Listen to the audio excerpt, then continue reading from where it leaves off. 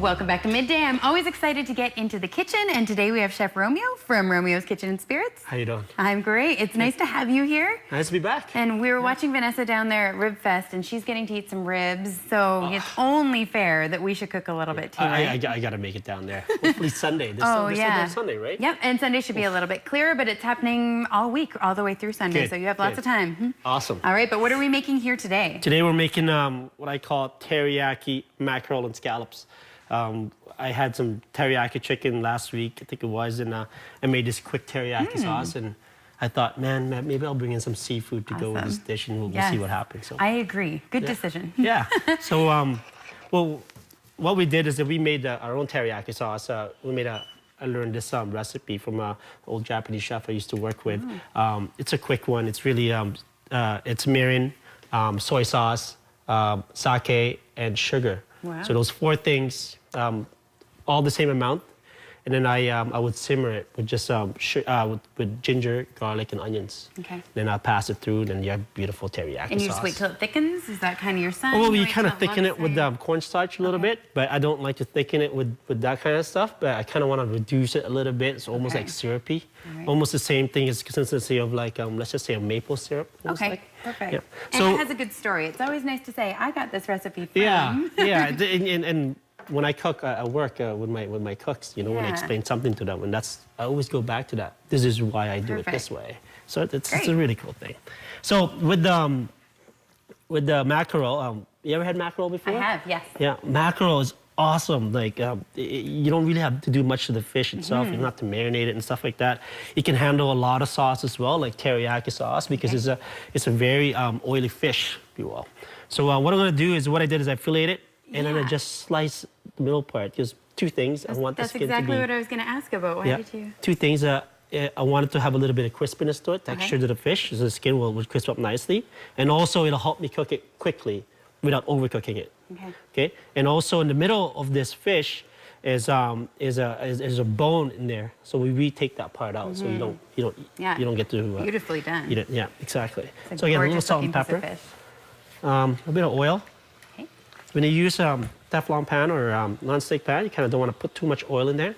Just enough for to help it crisp up the skin. And how much heat do you have on here? I kind of got it like all the way up right now. And then it's almost like driving. You know, when you hit your speed, you kind of slow it down. You kind of let go of the gas, right? It's the same idea. Absolutely. So, and when you hear that sear, you're doing the right job. Perfect. Okay. All right. So, I'm just going to season this side of the fish as well. And while you work on this, I want to hear a little bit about how the iron sommelier went. Because I was so excited. Last time you were here, we talked about it, and it just sounded like it was going to be so cool. It was really, really awesome. It's probably, well, it is one of my favorite events that we do in that conference center. Awesome. Because the three sommeliers that competed in that competition did very, very well. I think a lot of people that came to the event was surprised of how it turned out. It was just perfect. The food, you know, we tried so hard to make it perfect, and I thought it came out the way we wanted it to. So fun. And then just the fact that you have three sommeliers that actually... I distracted you. Pairing all these dishes. It's amazing. It's amazing. And do you think it'll happen again? I hope so. And I know they were talking about... successful, right? I saw Facebook posts everywhere, and everyone was really excited about it. They were talking about it. You know, they're already talking about next year, or I'm not really sure, like, you know, the exact dates or whatnot. But, you know, if you do something so popular and so good and it turns out the way you want it to, I don't see why not. So with this dish, we kind of made it our own. So, you know, usually you would serve teriyaki chicken or beef or something with rice, right? You know, we want it to be a little different. So we are serving this with spatula. Okay, so this is a little dumpling. This one's made a little different as well. We change up the spices and the herbs that goes with it. We're putting chives and like parsley and stuff like that. A little bit of lemon zest as well, right? Instead of like the normal. The only time I usually get spatula is at Oktoberfest. So. Exactly, yeah. So they put like fun heavy. To get it at a different time. Yeah, and they would put like different spices in there. It's a little bit more heavier because they usually pair it with some kind of meat, right? Right. But this one we're pairing it with the fish, so we kind of lighten the dish up. Nice. Yeah, not too heavy dishes. And I also wanted to get a little bit of texture in the dish as well, so I kind of want to have like a spatula to go with that. And a splash of color. It really is. And then for the vegetables, we got some baby yellow squash. So when the flowers starting to come out, I really like these because the flower itself tastes like squash as well. So I'm just gonna steam those. A little bit of bok choy. I always learn something when you're on. I did not know that. Yeah. I've never cooked them with the flowers on. I've always waited till they're were beautiful. huge. Actually, when I was in the Lower Mainland, those baby squash with the flowers on, they're known as a female squash or blossom. And people would buy for like crazy amount of money for that. And I'm sure you have that in your garden, and you're like, oh, what am I gonna do with that, right? It never occurred to me to pick them young and harvest them then. A lot of cuisine, like this thing in Italian cuisine, where they would actually deep fry them and then tempura and stuff like that. I thought about doing it that way. Yeah, it's amazing. It really is. I'm always curious to know. I'm like, am I the only person who didn't know that? Do other people? Oh, I'm sure a lot of people hasn't seen that before, but you know they just don't know. Yeah. And it's yeah. Let me know. Email me and let me know. Did you know that you could pick them young and they're delicious? Exactly. Yeah.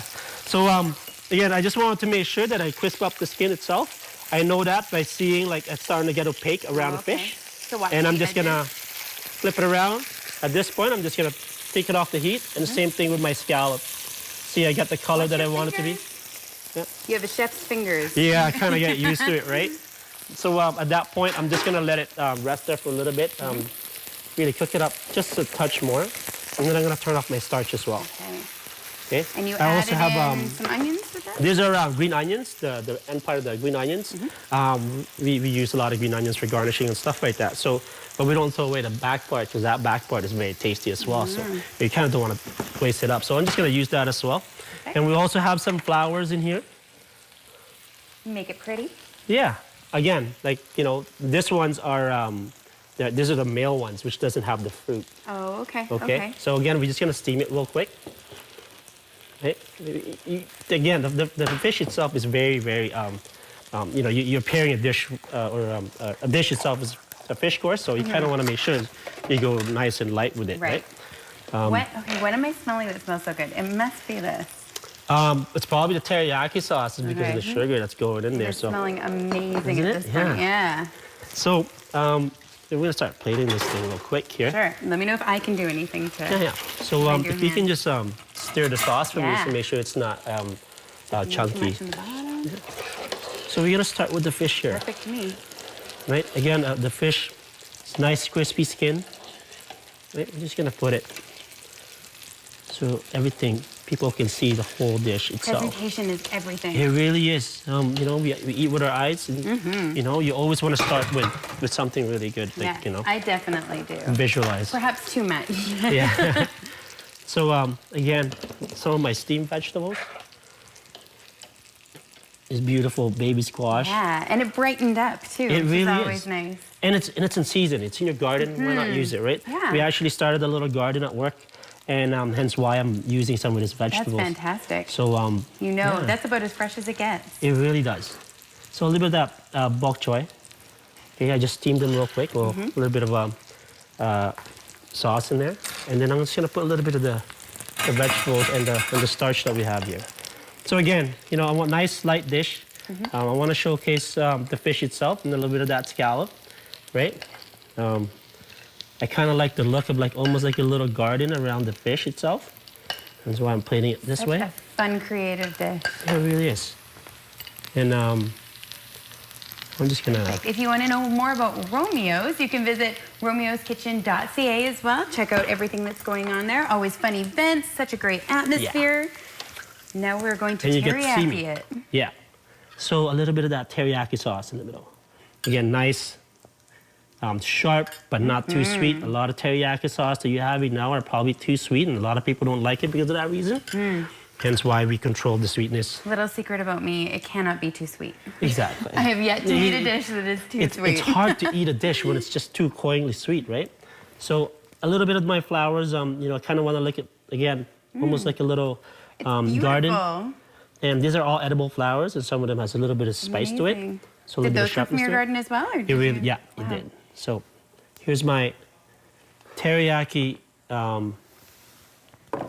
mackerel. That is with absolutely scallop. gorgeous. Maybe we'll give it, can we tip it a little bit there for you, Marcel? Yeah. Give you a nice shot. That could not be more beautiful. Thank you for joining us today. Thank you. I better give that. Do we have time to give it a taste, Marcel, before we go? Yeah, I mean, I love this teriyaki sauce. Again, it's not too sweet. There's a little bit of bitterness to it because of the sake. So, oh, that is amazing. Awesome. Thank you. What a treat. Always nice to have you on, Romeo. Thanks for joining us. Back here. Awesome. We'll be back with more Midday in just a moment.